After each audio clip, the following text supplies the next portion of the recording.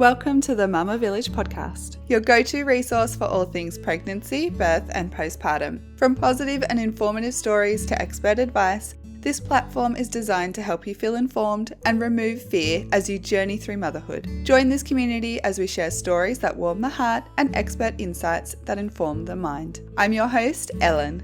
Before we delve into today's episode, the Mama Village would like to take a moment to acknowledge and pay our respects to the traditional custodians of the land in which we gather, work and share these stories across many lands in Australia. The Mama Village recognises the traditional custodians of the land and recognises their enduring connection to this country and extends our respects to elders past, present and emerging. It is important to recognise that Aboriginal and Torres Strait Islander women cultivated a profound connection between birthing and the land. For generations, these communities have woven birth stories into the fabric of their cultural identity, creating a tapestry of knowledge that transcends time. As we explore birth stories and education, we acknowledge the importance of preserving and revitalising traditional birthing culture, recognising the profound impact it has had on the understanding of birth as a sacred and deeply spiritual experience.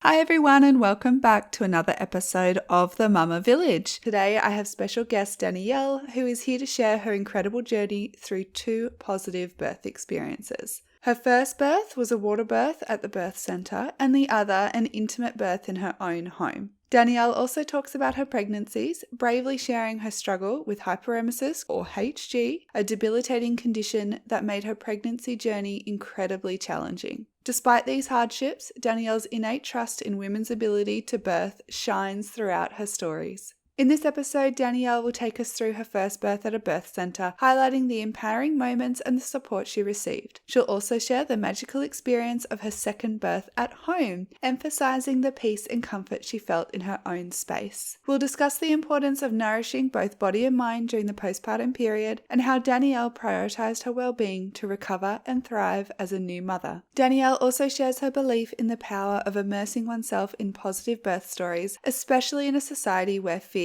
and uncertainty often dominate the narrative around childbirth. Before we dive into today's episode, I want to apologise in advance for the audio quality. This is an old episode from when I very first started the podcast back in November last year, so I was still very much learning about improving sound quality. However, Danielle's story is an absolute must listen, filled with wisdom and positivity. So thank you for tuning in and let's get into today's episode with Danielle. Well, welcome to the Mama Village. Today I have special guest Danielle, so thank you Danielle for coming on the show. Thanks for having me. I'm very excited to share. I'm super keen to get into your story, so can you please tell the listeners a bit about yourself, like your age, who is in your family and where you're from? Yes, so I'm from Canberra. I live born and bred here. I live with my husband, Daniel, and I've got two boys now.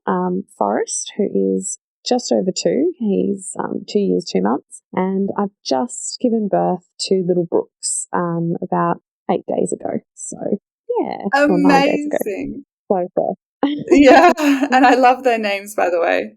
Oh, thank you so much. Yeah, we didn't want to do something too weird, but like still different enough that people go, oh, I haven't heard that before or haven't heard that in a while or something. So, yeah.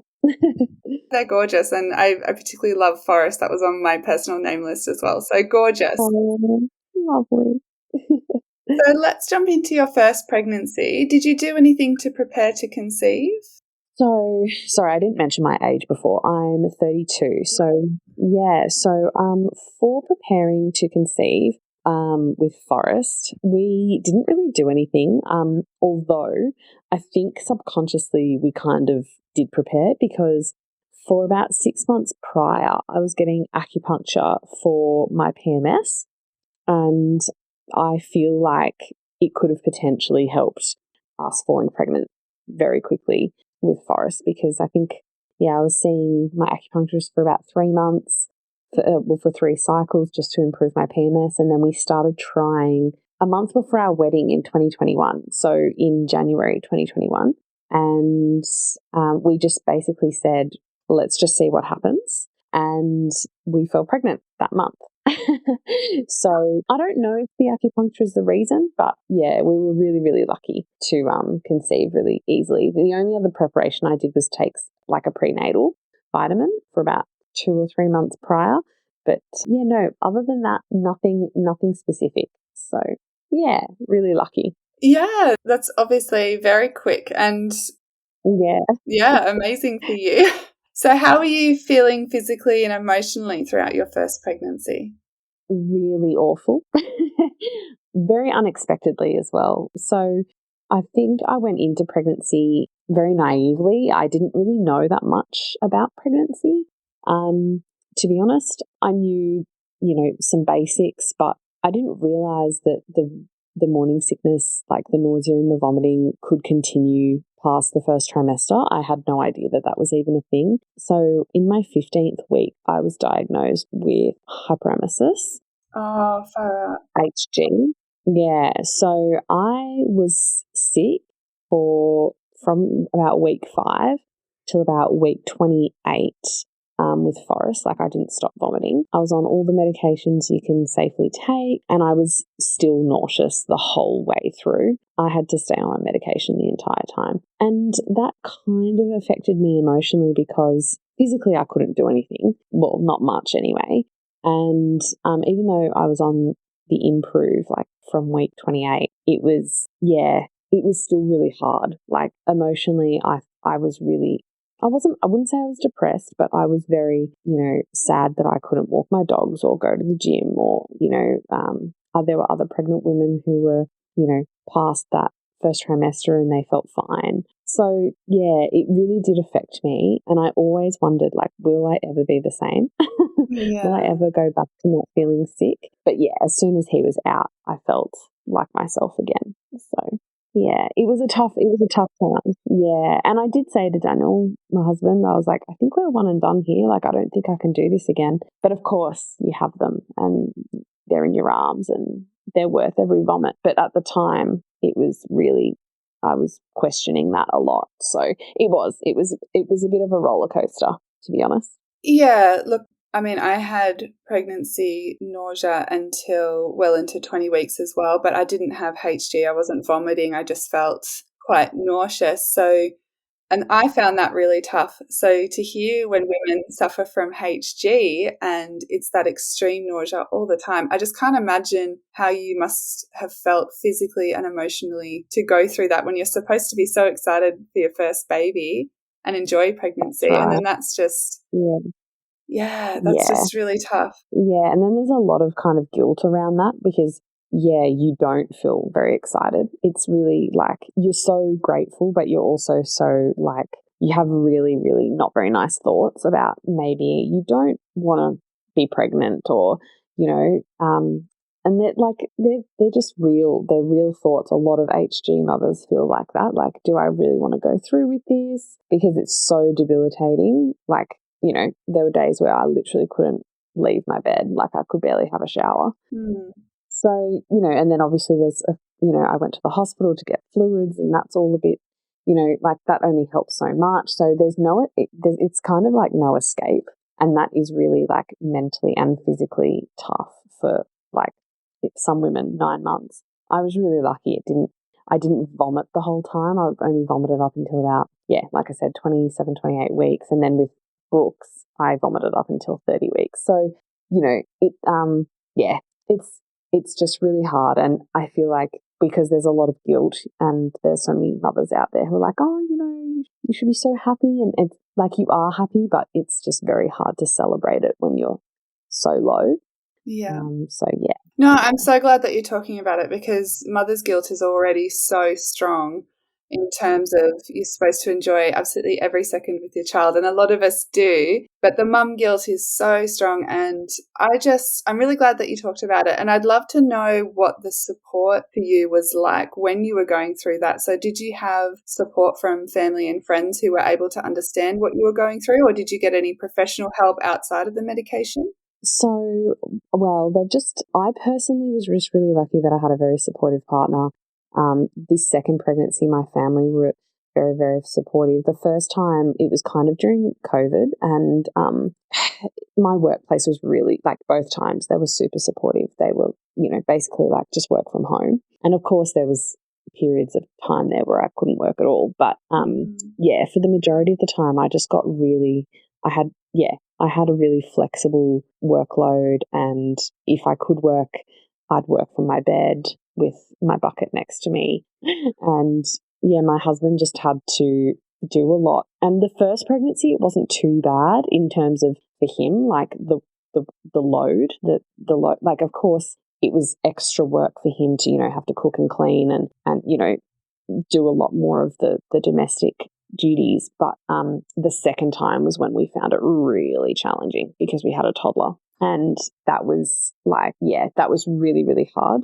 But I was really lucky that my mum and dad, in particular, were very available and would look after Forrest whenever they could. And, they occasionally cooked us meals and, so they could take the load off us where they could. So in terms of professional help, acupuncture, again, is a really effective but expensive way to minimize the nausea and the vomiting. It doesn't take it away completely. Yeah. Otherwise, I was obviously on the medications, and my case of HG, because it does vary. There are some women who literally need to be hospitalised for months. So there is a service where in Canberra that you can go. I think you have to be dropped there and you stay there for the day and they look after you. But that's a relatively new service, and I didn't use that service because I was being looked after by others. So, and the times I did go to hospital, I felt like, because I wasn't in that specific unit, it was actually doing more harm than good, because I would spend, 6 hours in emergency or something, and I'd be so tired and so dehydrated, and it just wasn't worth it. It was worth just being home, trying to drink as much, fluid or like electrolytes or whatever, and just try and sleep as much as possible. Yeah, just to combat that, the waiting. So, but I do know of a service now that's in Canberra, and they've done more research recently on what causes vomiting and nausea in pregnancy, and it's got something to do with a deficiency, which I'm so glad that they finally researched, because I think a lot of people could benefit from the treatment options that hopefully become available as a result. So yeah, it is good. It is good. We're getting there slowly. I was going to say that it sounds like this is a space that's really lacking in terms of resources and support on a professional basis. Like, it's really lucky that you had your family and your partner to support you, but not everyone has that. So I'm really keen to hear about research in this area, because it does it's more common than we realise, I think, HG. And totally. Yeah, and even if people don't have full-blown HG, it's still like, a good 12 weeks, or say you get some symptoms from week 5. I mean, that's still a significant amount of time, up until week 13. That's 8 weeks that you're still really struggling, even if it is like a switch and it turns off in the second trimester, which I'm very, very jealous of those women. Yeah, it's still a long time to have to go through it. And I think, more services definitely need to become available to service the women who go through it. So. Oh, well, it sounds like quite a journey with pregnancy. And my next question was going to be, how do you approach self-care during pregnancy? But it doesn't sound like it would have been available to you, even if you wanted to, unfortunately. Yeah. No. Okay. Nothing for me. Yeah, nothing. Yeah. Although when I did start to feel better, I would take some time to go and do what I could, which is, say, like, not so much the first pregnancy. The first pregnancy, I would go for like a nice walk or something if I could from like week 28. That was my self-care, like getting out and about, especially because of COVID. It was just nice to get out of the house. And then this pregnancy self-care was, I had a little bit more, even though I was vomiting for longer, I feel like because I had to function for my toddler, I kind of just had to get on with it. And so sometimes it was definitely in the final weeks of pregnancy, I would go to Pilates. That would be my self-care and my little treat to myself, just to kind of feel a bit of normality was back in my life. So, yeah. Yeah, I guess that also leads into my next question too, is when you suffer from HG for so long and you have to go through the process of being on medication and those sorts of things, did that affect your perception of birth? Like, how did you prepare physically and mentally for birth when you were going through all of that with your first? Well, it's funny that you say that, because to be honest, I felt like because I had such difficult pregnancies, I was so determined to have positive births, because I was like, no, this cannot end. Like, how I'm feeling. I want to end it on a positive. And for me, birth is always like, I've had a bit of an interest in midwifery in my lifetime. So I don't know, for me, like birth was always, well, I don't know, maybe I'm like a unicorn or something, but I've never ever once thought negatively about birth. I know people have horror stories and they always kind of push them onto you, and it's never struck fear in me, because I was like, well, we've evolved and we're here, and there's a reason we're here, and that's because women have given birth to, all of us over the, many, many years that we've existed. So for me, birth was always like, yeah, regardless of the pregnancy, I'd always thought really positive. Maybe it was my distraction, I don't know. But mentally, I was like, yes, I am so excited to give birth. And how I prepared for that was mostly just immersing myself with positive birth stories. And I also did a really beautiful birth course in Canberra. Her name's Tracy, and she runs a business called Transform Parenting. And the birth course just really changed. Like, even though I had all of the same kind of principles that she was preaching and kind of... Yeah, like you aligned. Yeah, I aligned with her values in birth. I mean, she's open to all aspects of birth, but of course, it's more about education. Because I feel like a lot of women go into birth with very little knowledge of what's actually happening in their bodies. And that couldn't be why birth goes a different way to maybe the way that they had envisaged. So for me, preparation is key in birth. And I would highly recommend investing in a good birth course. And it doesn't have to be expensive, but just good birth resources generally. And that can be, whether it's an online course or just like online PDF materials or anything like that, where you actually know what's happening and why you may need or be recommended to have certain procedures. So for me, I was like, okay, well, if this happens, I know why maybe they might recommend this. So I felt really prepared for birth. That's amazing. And you're totally right. Knowledge is power, especially in the birth space. So the more that you educate yourself, the more informed you are and the more empowered you're going to be throughout your birth, because you'll know that when things are suggested to you, what that means and why they might be suggesting that to you, especially in a hospital where they may not necessarily take the time to explain the benefits, risks, alternatives, what happens if you do nothing, all that sort of stuff. So I couldn't agree with you more on that one. Yeah, exactly. So what was your model of care with your first? So that was another thing. I was really adamant on getting into the continuity of care program through the hospital. I'd previously watched a documentary. I feel like it's called Birth Time. I want to say it's called Birth Time. And, it is, yeah. Yes, and I had already, quite strong sentiments on birth before watching the documentary. But then once I watched it, I was very, very certain that I wanted the same midwife the whole way through. Because research does show that if you have continuity of care, you're less likely to have any sort of, well, firstly, you feel mentally safe and physically safe because you've had the same person look after you the whole time. And then interventions are less likely because you feel safe. And so, your beautiful cocktail of chemicals are all working efficiently to get baby out. So, yeah, I was really adamant on trying to get into the continuity of care program, which I was successful in getting into. And so I had the same midwife the whole way through the first and my second pregnancy. So I was, super fortunate. And that was the continuity of care program through the Canberra Hospital? Yeah, the Canberra Hospital, and it's through the birth centre. Yeah. Through the birth centre, yeah, sure. And so whilst you were in that continuity of care program, did you prepare a birth plan or birth preferences? Yeah, I did. So I had a printout. I'm quite an organised person.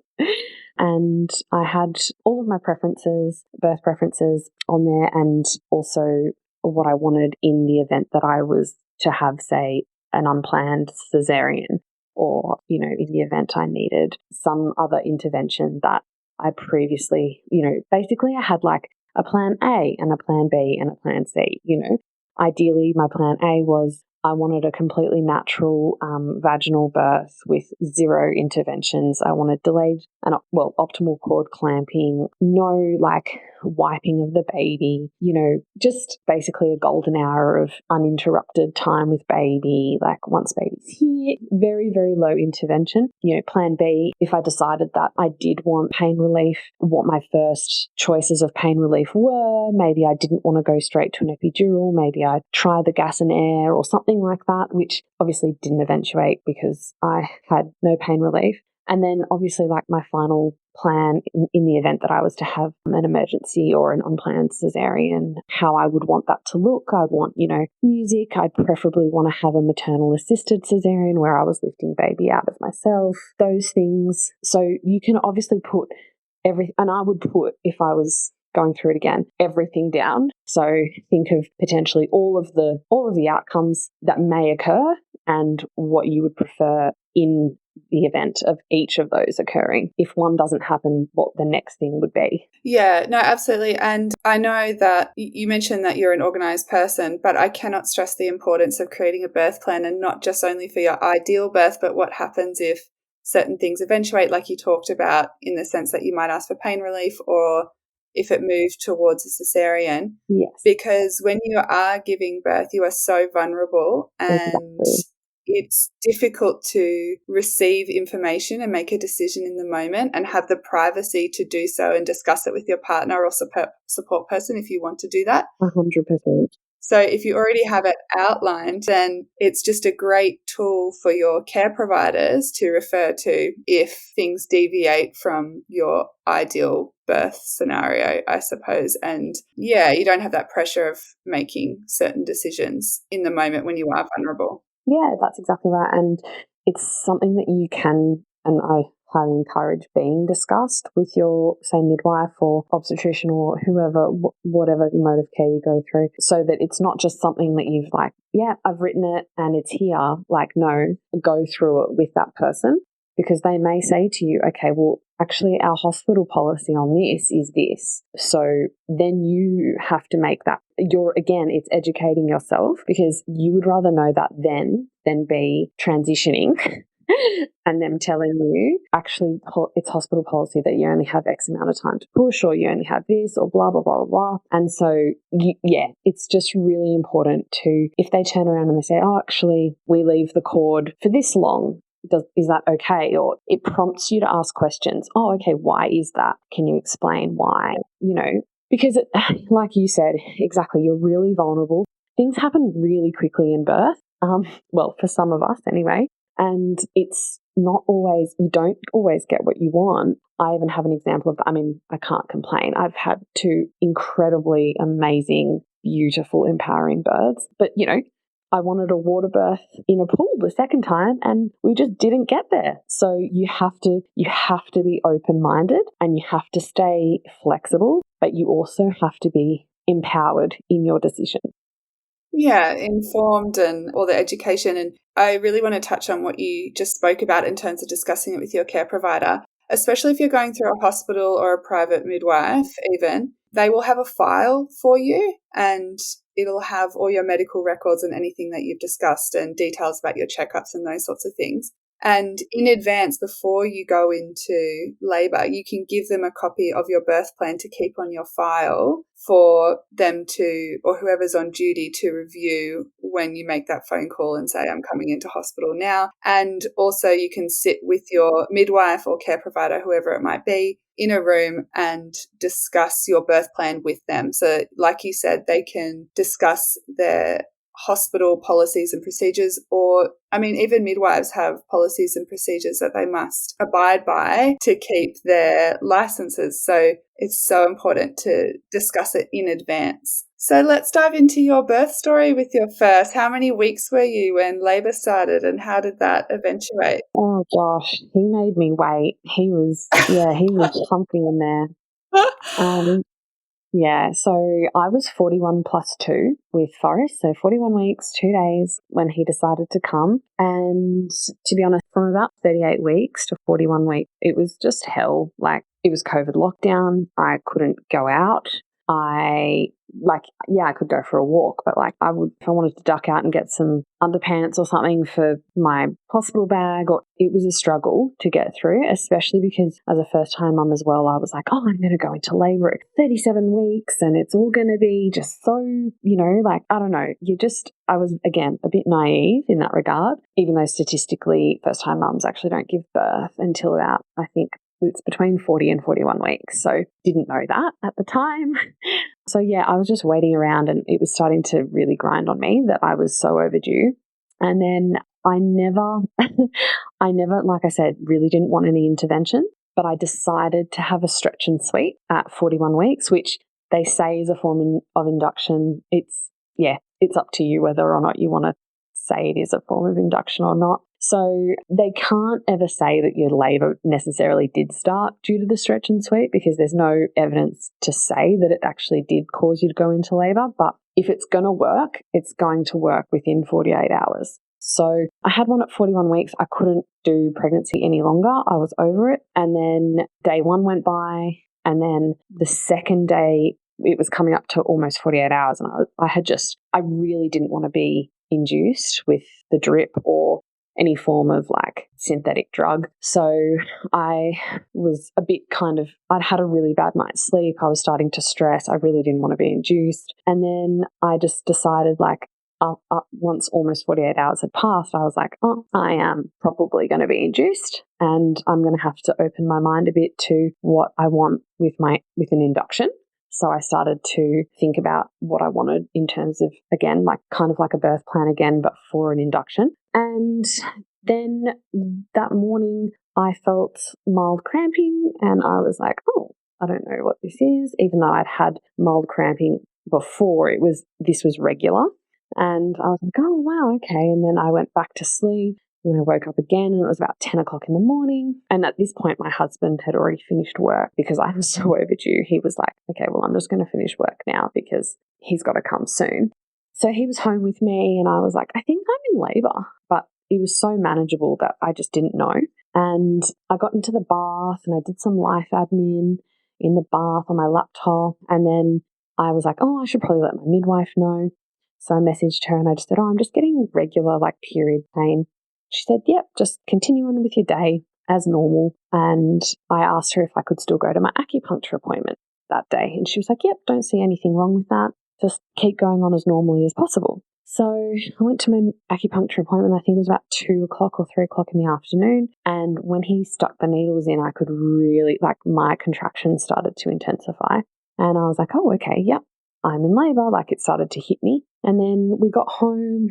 The car ride was like pretty uncomfortable. We got home and I put my TENS machine on and I just like laboured around the house. I had my dressing gown on. I had my TENS machine. We watched a movie together, which was actually the first movie we ever watched together, which is called Mike and Dave Need Wedding Dates. And we just kind of tried to chill out as much as possible. And I was sitting on my ball at the time, like just doing some hip exercises, like figure eights, like tilting back to front, always staying moving. And then about 6 o'clock, 6:30, I retreated to our bedroom. I really wanted to be in the dark. I wanted to just have I had to concentrate on them now. Like, it wasn't just, oh, they're coming and going. I have to really focus on getting through them. And I still had my TENS machine on, but I asked Daniel to call the midwife because even though you absolutely do not need to have vaginal exams, I wanted vaginal exams. So for me, even though some women are like, no, I don't want to know because for them it can put them off. For me, I was like, no, it drives me to, I just need to know where I'm up to in this process. So my midwife came and she did an exam and she was like, oh, you're about 3 or 4 centimeters dilated. And I was like, oh my God, I've been doing this for like almost 12 hours. Like, really? Only? Yeah. So what time was it at this point? About 6:30 in the evening, 6:30, 7 o'clock. And I was like, okay. I took my she left and she was like, let's just, next time you're feeling like you want to give me a call, let's just meet at the birth center. So I was like, okay, no problem. I took the TENS machine off. She left. I got into the shower because I just needed a different form of pain relief at this point. And the shower was incredible. It almost took like the sensation away, like not completely, but it was just such a lifesaver on my back. And I started to, I sound so crazy, but I started to do like little lunges in the shower and like little squats in the shower, just because I felt like movement really helped me get through a contraction. Like, yeah, that's great. yeah, like not the whole way through the contraction, but I would sway it kind of into the contraction. And at the peak, I'd really have to think about it and concentrate. And then I looked down and I had lost my mucus plug. And I was so excited. I got a phone. Got my phone out. I took a photo. I was like, Danielle, I lost my mucus plug. Come and have a look. Anyway, and that was, yeah, like I was like, oh, wow, okay. And then I didn't know this, and this was probably the one thing I kind of didn't really know about birth and labour. I mean, I'm sure there's many other things, but in particular, what happened to me is I started to bleed a little bit. And I thought, oh, this is a bit more blood than I would consider to be normal. So I got Daniel to call my midwife. And she was like, no, this all sounds normal, very calmly. She said, sometimes when you're dilating very quickly, you may sometimes bleed a little bit. You know, it wasn't a lot of blood, but for me, I didn't even think that I would be bleeding at this point. So looking back now, it all makes sense. She reassured me that it was fine. And she said, let's just don't break any road rules or records getting to the hospital, but let's just, in your own time, meet at the hospital. So Daniel fed our dogs and it was about 8 o'clock. And then we packed the car and we got into the car. And I remember turning to Daniel and it was about 8:30, 8:45 at this point. Like we weren't rushing. We were just kind of getting organised. And I said to him, I know I said that I didn't want the drugs, but when we get to the hospital, I want the drugs. And little did I know that I was transitioning. Yeah. So I had gone from 3 or 4 centimetres to 8 or 9 centimetres in the space of, what was it, maybe 2 hours. So it was a really fast active labour. And I transitioned in the car mostly, and it was incredibly uncomfortable because I couldn't sit on my bottom at all. I don't know how any woman gives birth sitting on their bottom. To me, it's just not logical. So I couldn't even sit on my bum in the car. So I was leaning over the seat and I had my TENS machine on at this point as well. And we get to the hospital and we finally get up to the birth centre and she asks if she could do another vaginal examination. And I said yes, because I really wanted to know where I was up to. And she said, you are 10 centimetres dilated. You better get in the bath if you want a water bath right now because baby is coming. And that was at 9:15 p.m. And I pushed for, 45 minutes, almost an hour, and he was born. So we literally got to the hospital an hour before Forrest was born. And it was it was amazing. I had a really positive hospital experience. I cannot fault it. The only issue, obviously, was that it was during COVID, so we couldn't leave our room. But other than that, it was just amazing. He was born at about, 10:30, 10:29 p.m. and we ended up staying there for 11 hours in total. So we were gone by, 9:30 the next day. So, it was amazing. I got optimal cord clamping. He latched straight away on the breast. It was just, it was so blissful. The water, pushing in the water was amazing and definitely a pain management tool that I would recommend. I mean, for some women, it might not be their thing, but for me, it made everything quite bearable. And I just was absolutely in awe of what my body had just done. It was incredible. It makes me emotional even just thinking about it. But yeah. Oh, how beautiful. Yeah, it was really beautiful. It was really nice. And when it came to that vaginal exam where you were checked and they said, you're 10 centimetres, did they tell you to start pushing, or did you start pushing when you felt the need to push? How did that eventuate? Yeah, so I had put in my birth plan that I wanted coached pushing. Okay. Because I didn't know what I would feel. So because I'd not given birth before, I didn't really know. I really didn't want to tear. So I to be honest, now looking back, I didn't tear, my perineum was intact, but I did have 2 grazes on my labia and they were minimal.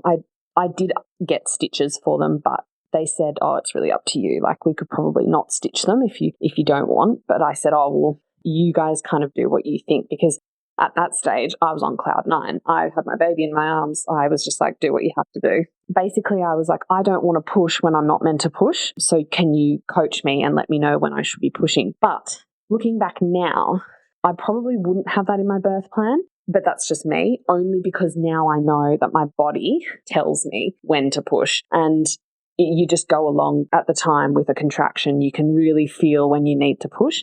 My second labour, which I'm sure we'll get to, that was very different. My body was just like, I remember saying to my midwives, my body is pushing.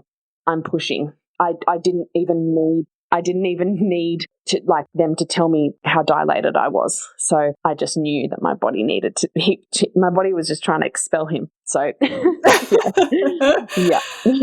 Ah, what a beautiful experience. And with your first as well, did you receive the injection to get your placenta released? I did get the injection.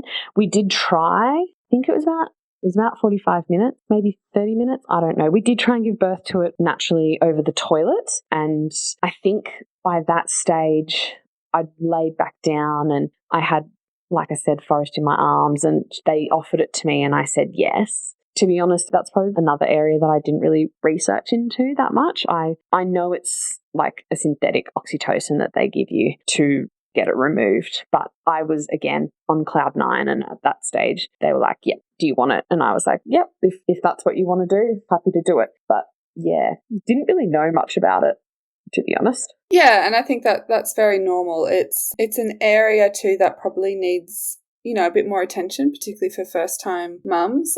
Yeah. Yeah, and I think there needs to be a lot more research, I think, in that space too, about the effect of the injection in terms of interrupting hormones. I know it does interrupt your natural oxytocin levels after birth. So did you do anything special with your placenta?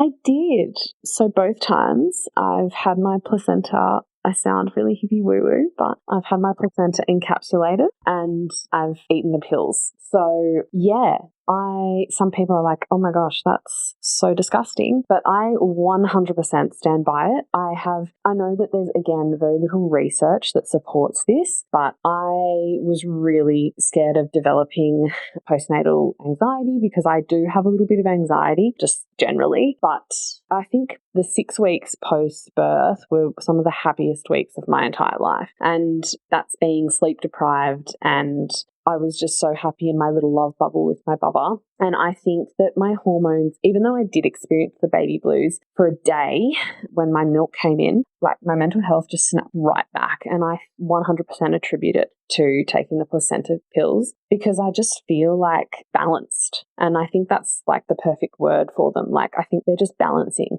I don't have 6 of them a day, which is what I think they recommend, or something, 2 times a day, 2 capsules a day up to 3 times. But I take 1 or 2 a day, and yeah, I feel great. I think that, like, a lot of women don't understand and aren't educated in how important it is to stay nourished post-pregnancy and into postpartum, especially for breastfeeding mums. You really need to look after your hydration and what's going into your body, and making sure that you don't get super iron deficient and things like that. And I think the placenta pills, even if there's no research that backs it, I just feel like, yeah, it 100% supports that. So, yeah.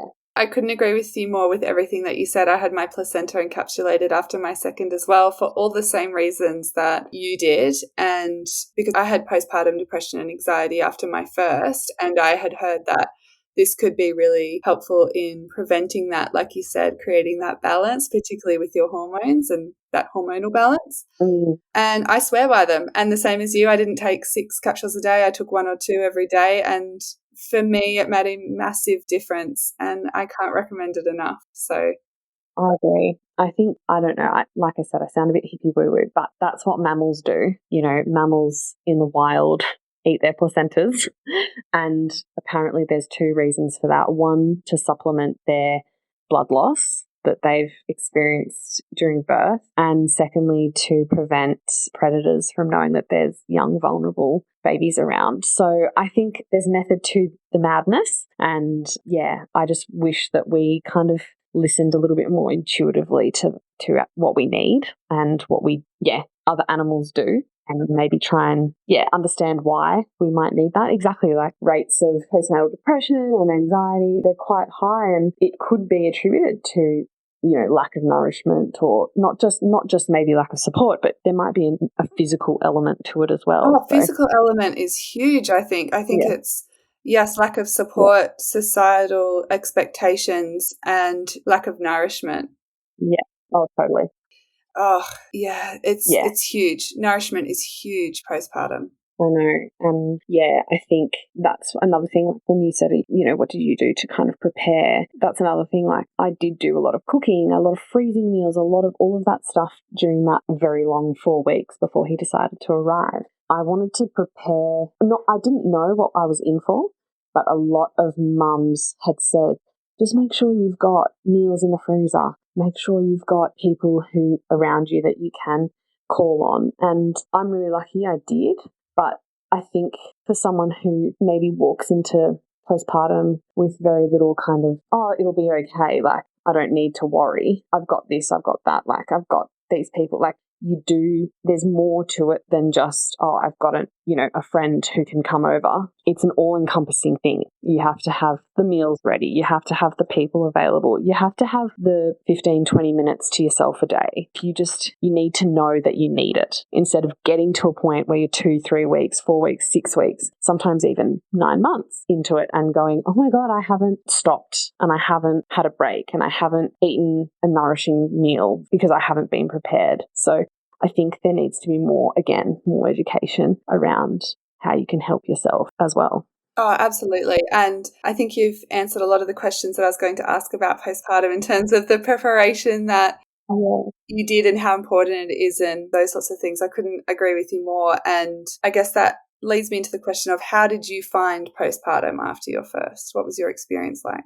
So postpartum for me, again, I just feel really blessed. The first 6 weeks were just, like I said, some of the best times of my life. My husband was home. It was our little bubble. We just went with the flow of whatever we were doing. Each day was a little bit different, learning about how to be parents and, just kind of going with it.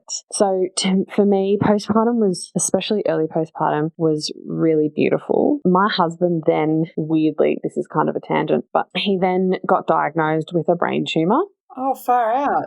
Yeah, so Forrest was 7 weeks old. So that, and we had just sold our house. So from the blissful 6-week mark, things got a little bit hectic, and we moved house, and my husband had brain surgery, and things got really, really heavy really quickly. And that's another thing.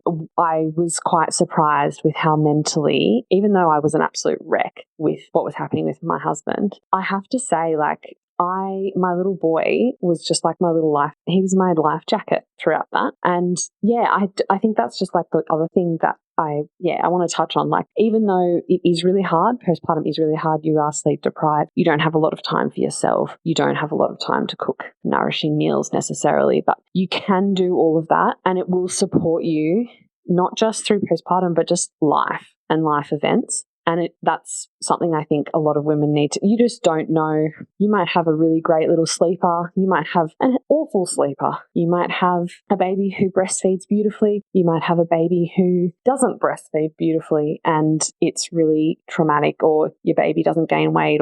And so what I'm trying to say is, if you look after you and you look after your physical and mental health, you'll be able to deal with all of the challenges that motherhood does throw at you, or life generally, a lot better than if you're depleted and you don't have support. And you just have to be really, I think the one thing I would take away from my postpartum experience is you need to be aware of how you are all the time. So if you're feeling like you're not coping with something, ask for help. Don't be too proud, or don't just be like, oh no, it's fine. Don't run yourself into the ground and wait until you are really at breaking point before things can get better, or before you ask for help. Because if you start doing it before the baby's here, you'll get into a bit of a rhythm of like, oh, yep, I'm going to cook this for myself. I know this makes me feel good, or I'm going to take that 15-minute walk. Or so get yourself into a routine, even though you don't know what you're going to get with your baby. I just think that if you look after you, I think a lot of people, there's like a lot of martyrdom of like the mother. Yeah.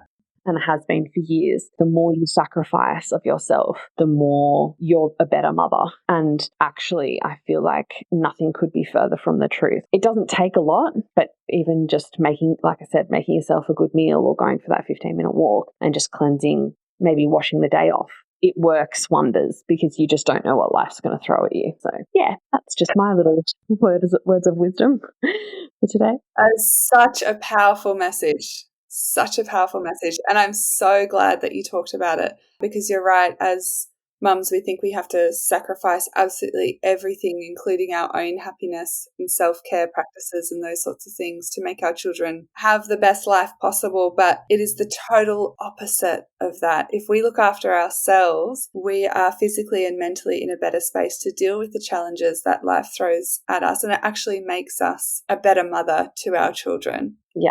100%. Very powerful message. I'm so much crankier with my little man if I haven't done something for myself that week. And when I say done something, like I don't mean you have to go out and, I don't know, go crazy.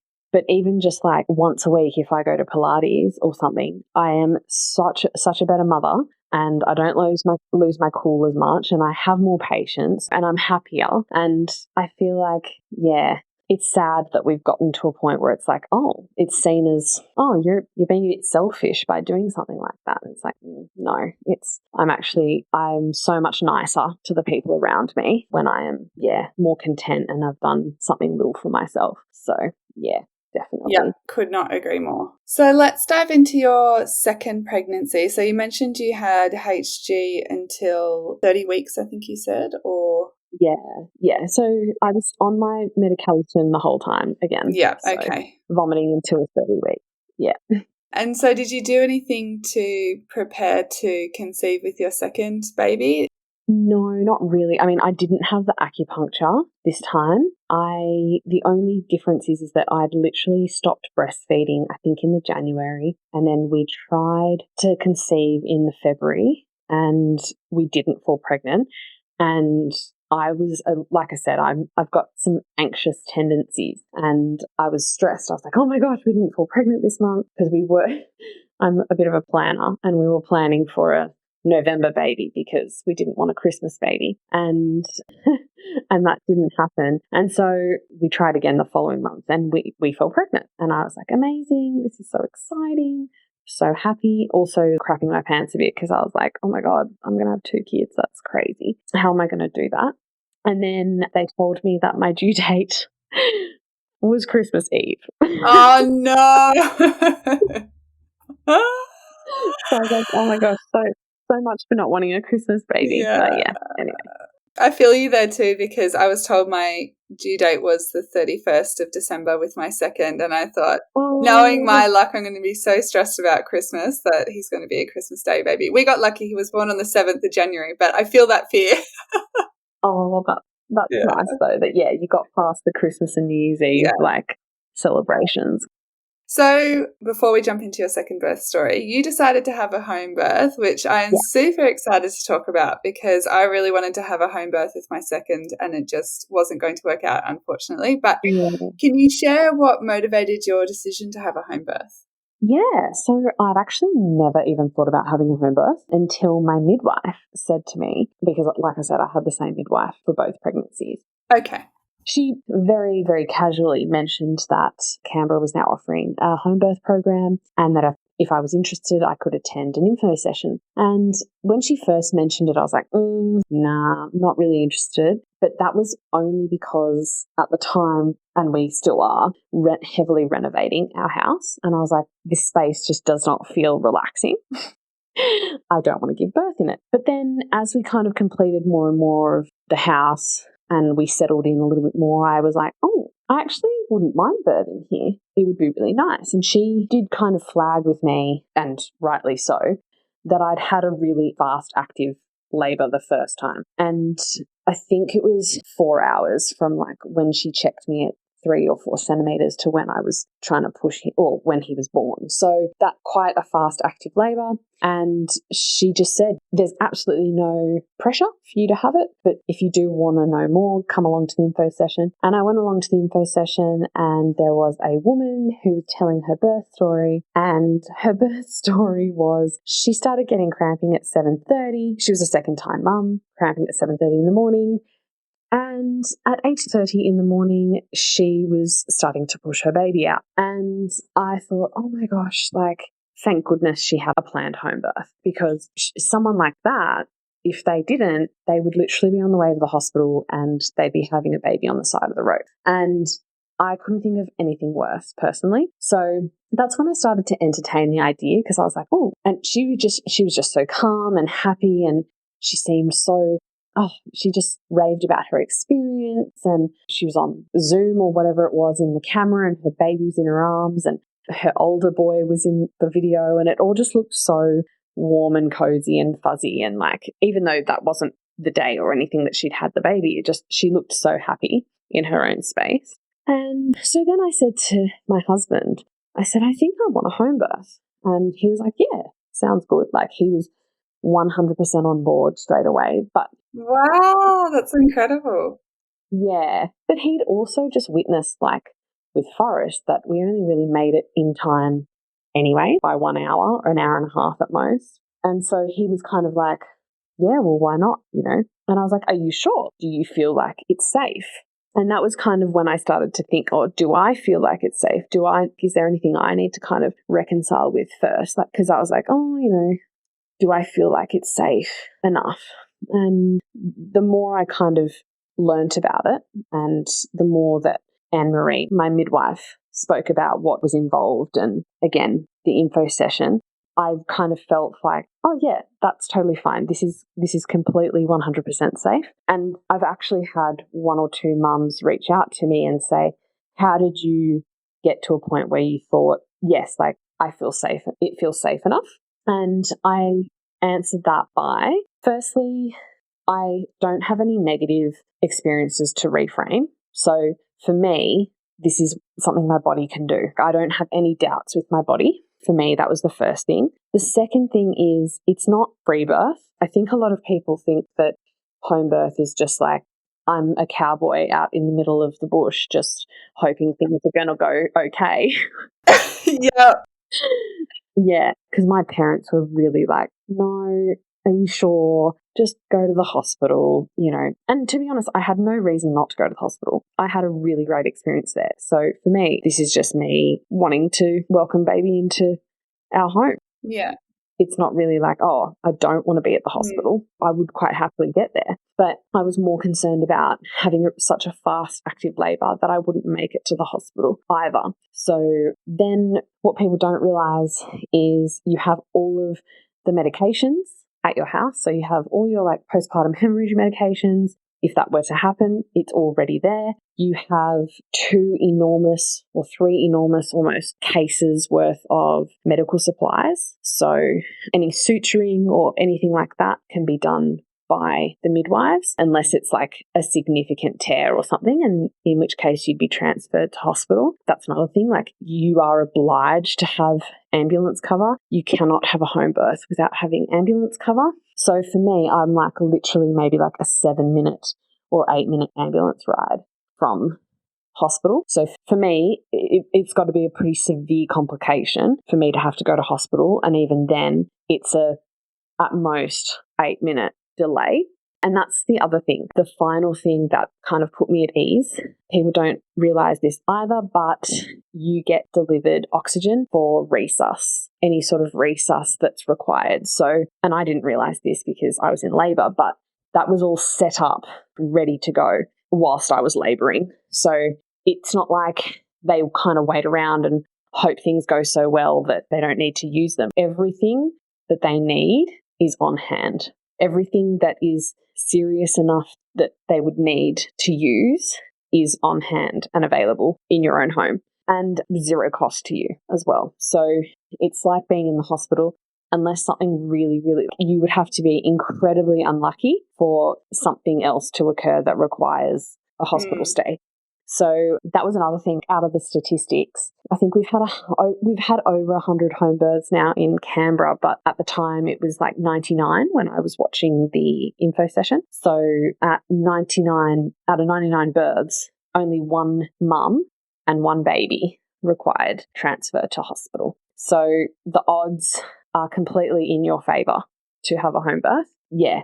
All of the interventions, hospital interventions, medical interventions, episiotomies and epidurals and tearing, all of those things, research suggests that home births are safer and intervention levels are lower. And it just makes total sense to me because I'm like, yeah, you feel safe. You're going with your body intuitively. And yeah, you don't have people pressuring you to have things done to you that maybe aren't 100% necessary.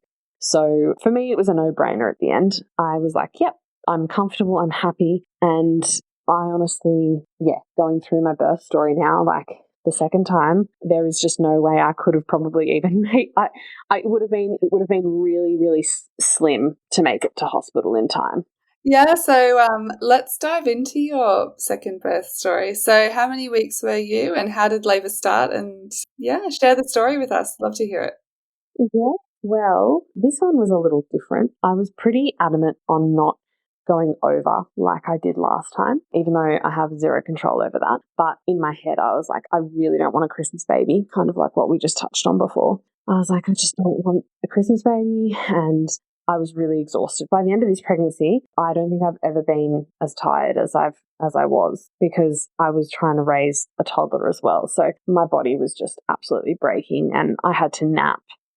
I probably had a nap every day from like 38 weeks because I just couldn't keep my eyes open. So like I had been with my first, I was having regular acupuncture and the lady, her name's Jan Jamison. She's amazing. I'd gone there on the Wednesday. It was the 13th of December for my regular acupuncture appointment, but this one was to ripen my cervix. So just a quick kind of backstory on the acupuncture. I was going monthly just for regular kind of, I suppose, acupuncture for my body and my back and things for pregnancy related general acupuncture. And then in the final 3 weeks of your pregnancy, they do slightly different acupuncture and it's to ripen your cervix.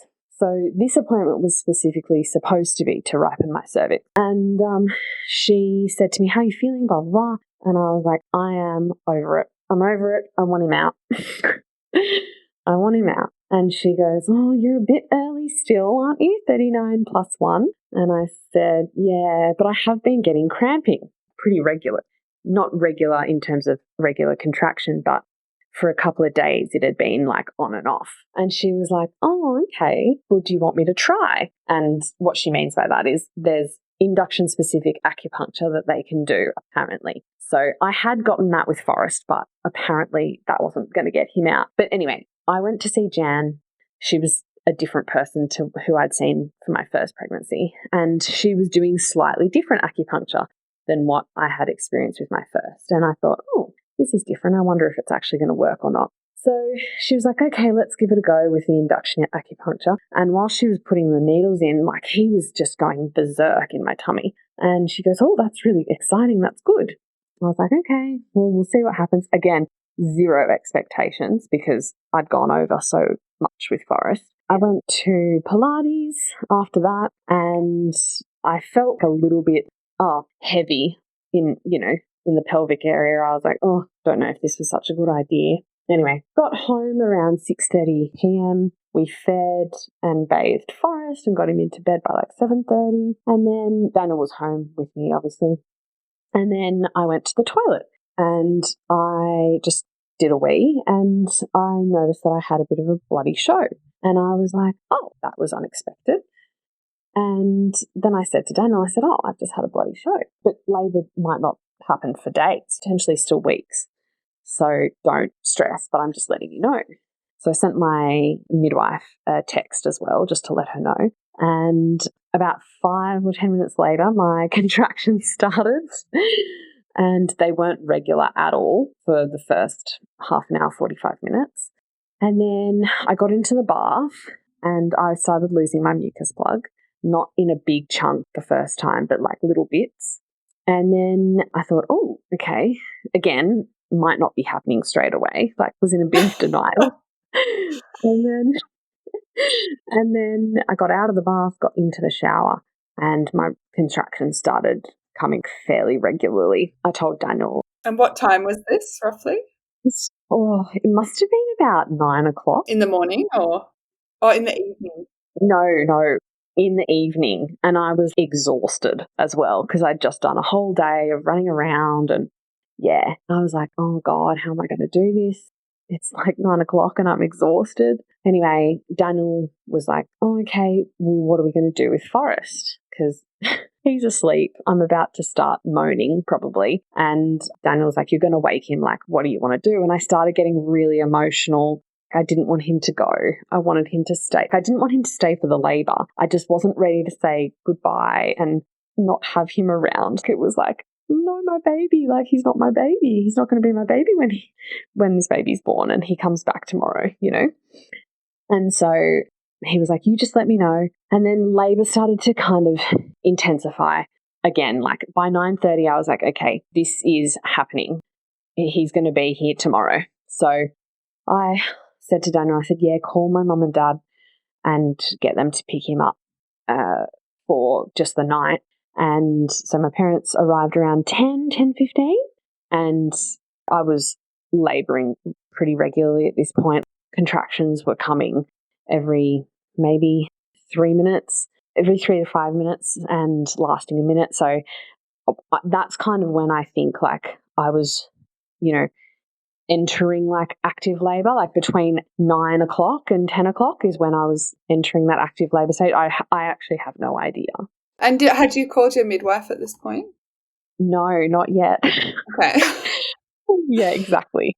So my parents pick him up at about 10:15, and then 15 minutes later I said, Daniel, you've got to call the midwife. This is happening. This is happening really fast. And I was dealing with it really well though. Like I was actually quite surprised. I didn't even need to get my TENS machine out. I was like, wow, like even though they were intense contractions, I was like, oh, the peaks are so manageable and short that you've got a break. I was having a break between them. I was like, oh, it's fine.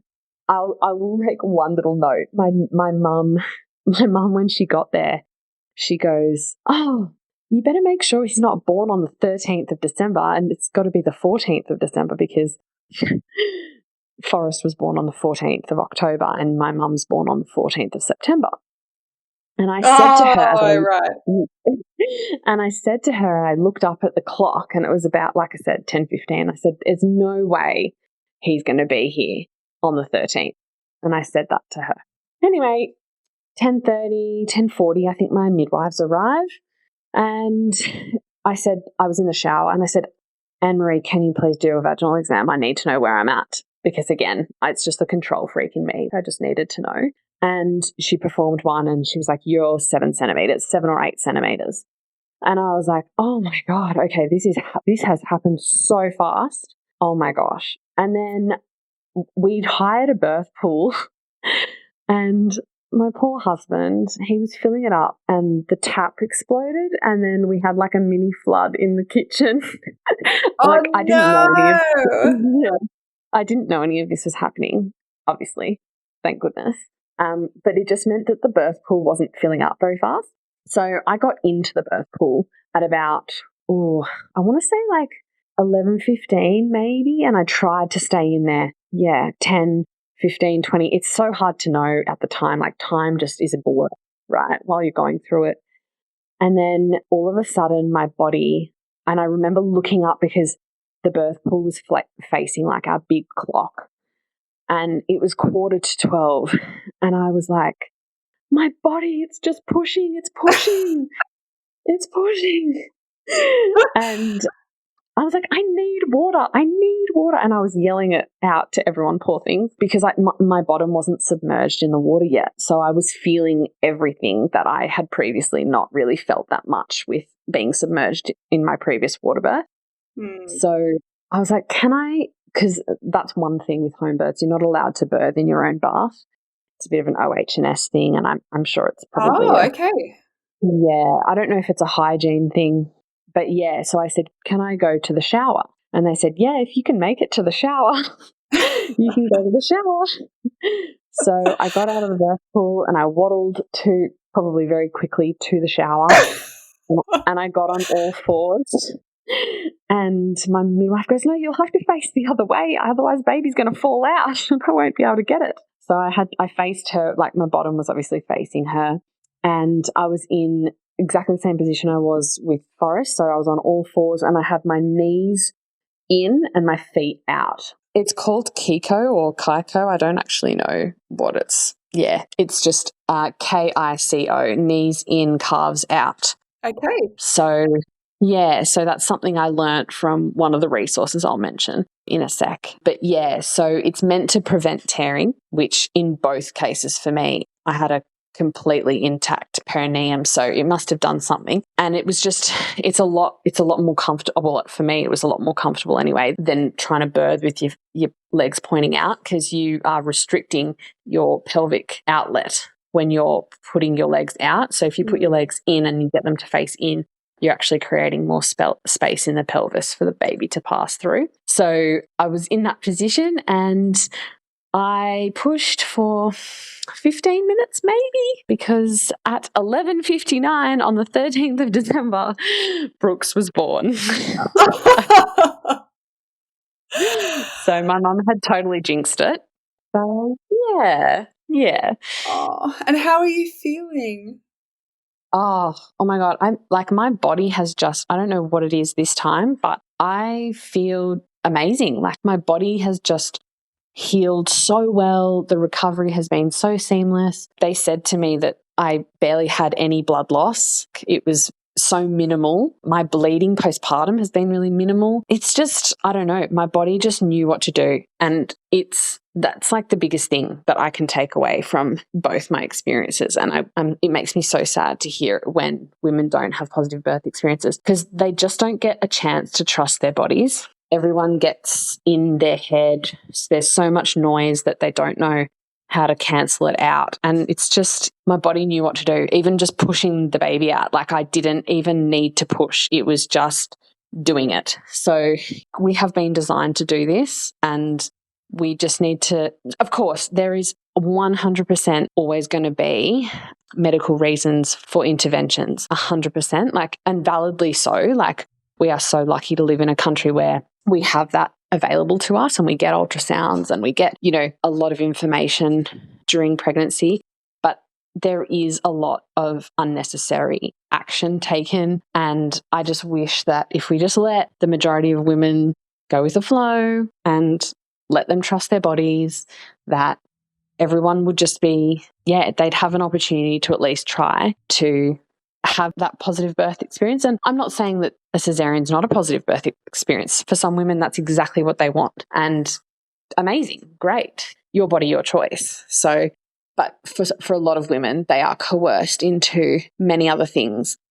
Unnecessary, cesareans or unnecessary inductions. It's just not like, with my first, I was booked in for an induction at 41 plus 6 days, but I would have potentially had the knowledge to say, actually, I just want monitoring and I want you to tell me why an induction would be so necessary. But I feel like a lot of women just don't get the opportunity to even have their own opinion, because they're told what should happen instead of being told choice they have, and to go and do some research and come back to them with an actual valid choice and valid reasoning for their choice. So no, I'm really, really lucky. I feel very blessed to have gone through it twice. And it does make me sad because it is 100% our last. So yeah. It's so hard when you come to that realization, isn't it? Yeah. Birth is such an empowering, or it can be such an empowering experience. So, for me, I just want to experience it again and again and again. Yeah. And it sounds like you're the same. So yes, 100%.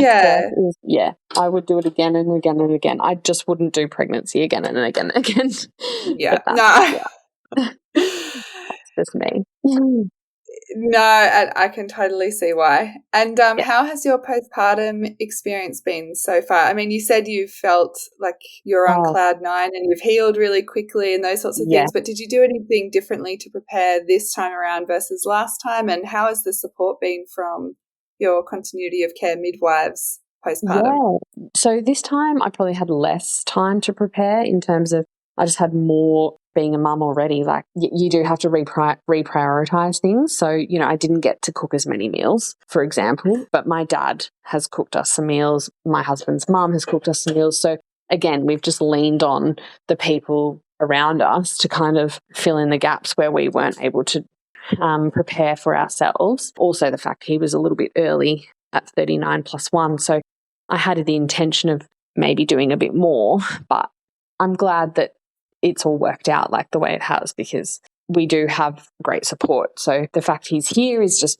that's the main thing, and he's safe and he's healthy and we're both healthy. And yeah, so it doesn't really matter now. Like he's got 6 weeks off. He's working this week just because it's end of year and it's a very busy time. But he did have 3 days off, or 5 days off, I think, in total initially. And that was, you know, really, I think that's really important. I wouldn't recommend just being left alone day one post-birth. It can be it is like postpartum still is a roller coaster, even if you're doing well. There's lots of emotions. I was crying for 2 days straight, but not because I was sad, just because I was so emotional because, you know, it's the biggest hormone drop I think anyone ever experiences in their life or something. Yep, that's right. Yeah, going from being pregnant to no longer being pregnant. So you're still vulnerable and that needs to be acknowledged. But in saying that, when I was crying and again, I had the baby blues just before my milk came in on day 3, I was just mostly crying over how grateful I was. So even if you're crying, you can still just be happy crying and like, oh my gosh, I'm so happy that everything went smoothly and everyone's healthy and everyone's happy and that we've created these 2 beautiful babies. And so you still want people around you while you're going through those big emotions. So yeah, I just think that, yeah, for me, preparation, like I said about the meal, definitely meals, or a meal train at least, like someone else doing the cooking for you if you're not able to do it. But also just having someone around, like preferably your partner. But yeah, just having that support. My continuity of care midwife's amazing. She's been over 2 or 3 times now just to do the normal checks. I think she's weighed him once. He does the one thing that is a little bit different for me, but again, it's going to happen because they're different kids, is they've picked up a tongue tie on Brooks. So again, like you've got to be mentally prepared for things to also just not necessarily be the same for each baby because you're going to have different kids. So yeah, just being aware. And of course there's a little bit of sleep deprivation that for me, like I'm a mum of 2. I've never been a mum of 2. So the learning is like, it's constant. And I think you just have to be really kind to yourself and really gentle. And even if things are going really well, which have been for me, you just have to still keep a really open mind because yeah, your toddler could be adjusting like our toddler's adjusting. You know, he's doing so well with his brother and loves his brother, completely obsessed. But then comes different parenting challenges with him and he's throwing tanties a bit more and he's, you know. Yeah. So again, you just have to be really flexible and just be kind to yourself because things are going to pop up that you might not have expected, like him, you know, fighting bedtime or wanting to stay up because his brother's up or something like that. So little things like that where your patience gets tested, and before you didn't have to go through that. So yeah, just keeping an open mind, I think, is like the one big thing you can do to prepare. Because being too rigid is, a bit of a recipe for disaster. So yeah, I can't agree with you more. Every child is different, and I would say, a semi-successful breastfeeding journey after my first. I did mixed feeding until 7 months, but I felt like I knew everything about breastfeeding, but I still booked in a lactation consultant appointment in advance of my second baby being born because every child is just so different. And he had a tongue tie as well, where he only had, I believe it was 50% mobility of his tongue. So he was really struggling. Whilst it looked like he was successfully breastfeeding, he was really struggling. So yeah, every child's different. Yeah, exactly. Like my first, he didn't have a tongue tie, but they always questioned my supply and my breastfeeding because he's really small. He's a really small child. But even now, he eats like a horse and he's still on the 10th percentile. And there's just nothing that's ever going to change that. I could have given him gallons of milk and he just would not have grown anymore. And so that was a little bit for me. Postpartum, that was probably my biggest challenge with him. He refused a bottle, so I couldn't even give him top-ups of formula. That was probably my biggest challenge. While this baby already, he's gaining weight really well, but they've told me he's got 100% tongue tie. And that's just a whole new world for me. Like I didn't really go through this with Forrest. So again, navigating the journey, those little things, the little differences and the difference in the journey. Now I've got to go get his tongue tie snipped and things like that. And yeah, you've just got to be, again, education.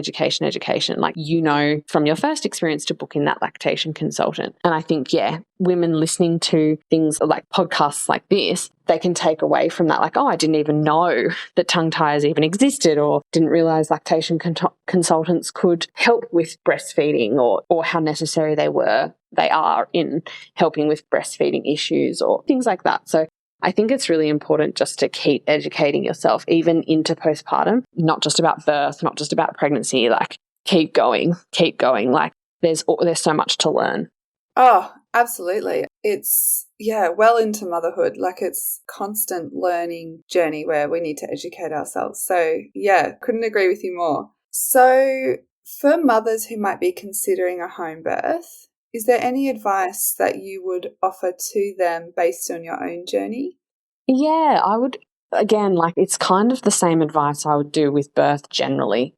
If you're interested in a home birth, watch positive home births, watch positive home birth videos, listen to positive home birth stories, podcasts, just immerse yourself in the positive.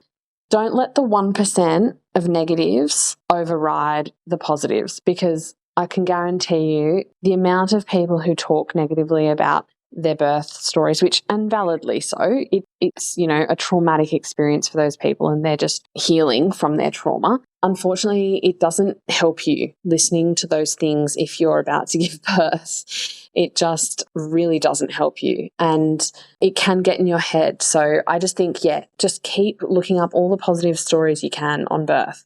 I feel like people don't feel like they need to talk about their positive stories as much as those who talk about the negatives, because for them it's like, it happened, it's amazing, it's great, it's over. And it's kind of like if you go to a bad restaurant or, you have a bad experience with a tradesperson or something, you're more likely to talk about that than the guy who did a great job fixing your fence or the amazing restaurant you went to the other day. It's just human nature. We tend to share a little bit more about, don't go there, or don't do this, or we went and had this really bad experience, just save your money or something like that. But it's not helpful in birth. And even like I'm really conscious of it even in pregnancy. I don't go and say to someone, oh, pregnancy's hell.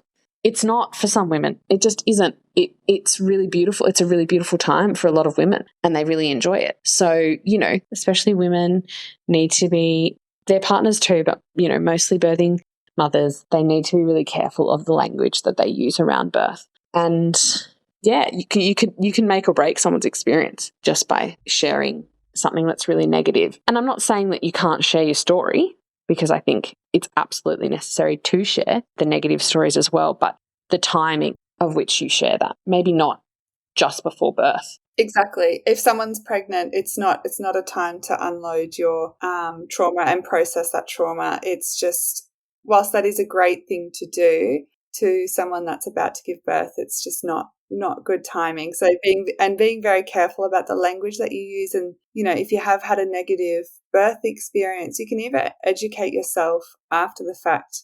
100%. In terms of trying to figure out why things happened in the way that they did. Exactly. I agree.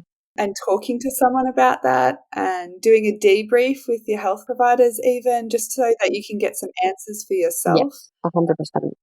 If you have experienced trauma, and I know that the trauma rate is extremely high in Australia, it's 1 in 3 women experience birth trauma. Yeah. So that needs to be processed. 100%. Because even if you don't plan on having more children, someone close to you probably will. That's right. And it could even be your children's children. It could come up when your own children have children one day. And then all of a sudden you're like, oh, all of this stuff happened to me, rattling off, your own trauma experience. So it's just really important to process it. I 100% agree. And I think interesting that you say that, because my mum didn't love birth. But to be honest, she'd never spoken about it so badly that I think that's part of the reason I've also always just thought birth's fine, because it's a kind of like, why do we need to think so poorly of it sometimes? Because she's never made it a big hellish story.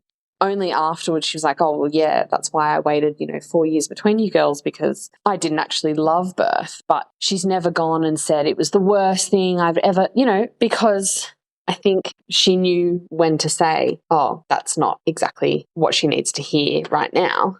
And she kind of did. She must have processed it at the right time.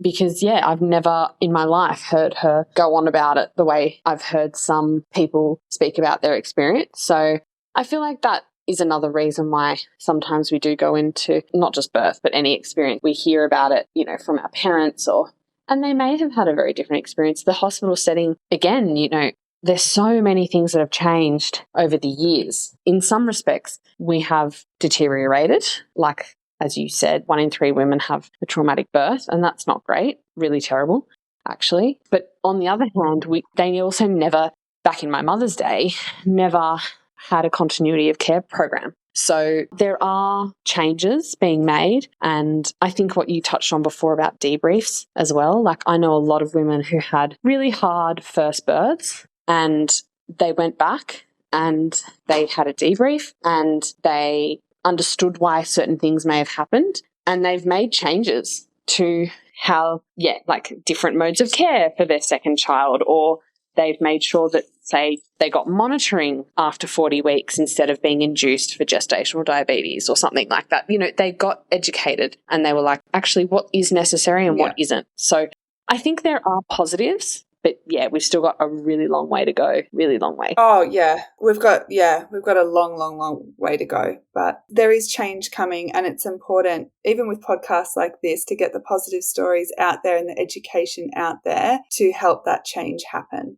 Yes, I 100% agree. Well, I think we'll wrap things up. Thank you so much for coming on today's podcast. I have loved every minute of it. I've loved your story. I've had goosebumps throughout your birth stories. It's just been really beautiful, and all the advice that you've given is it's really great. So thank you so much for coming on the show. No problem. No worries at all. Thank you for having me. And I feel like the more positive we share, the more, hope we give many, many mothers out there who, they don't need to fear it. It's the most amazing, beautiful, empowering experience it can be anyway. And given the opportunity to do that, you become a different version of yourself. And it's such an important initiation, I think, into that new role that you have to play. So, I hope that we can make a difference. I really believe that we will. So thank you so much. Thank you for listening to this week's episode of The Mama Village. Check out the show notes for a link to our Instagram page where I upload pregnancy, birth, postpartum and motherhood resources. If you would like to share your story on the podcast, please send an email to the.mamavillage@outlook.com. Please let me know what you think of today's show and what you would like to hear from the podcast on our Instagram. I would love to hear from you. If you like the show, please subscribe and leave a review on your podcast platform. I will speak to you all in next week's episode.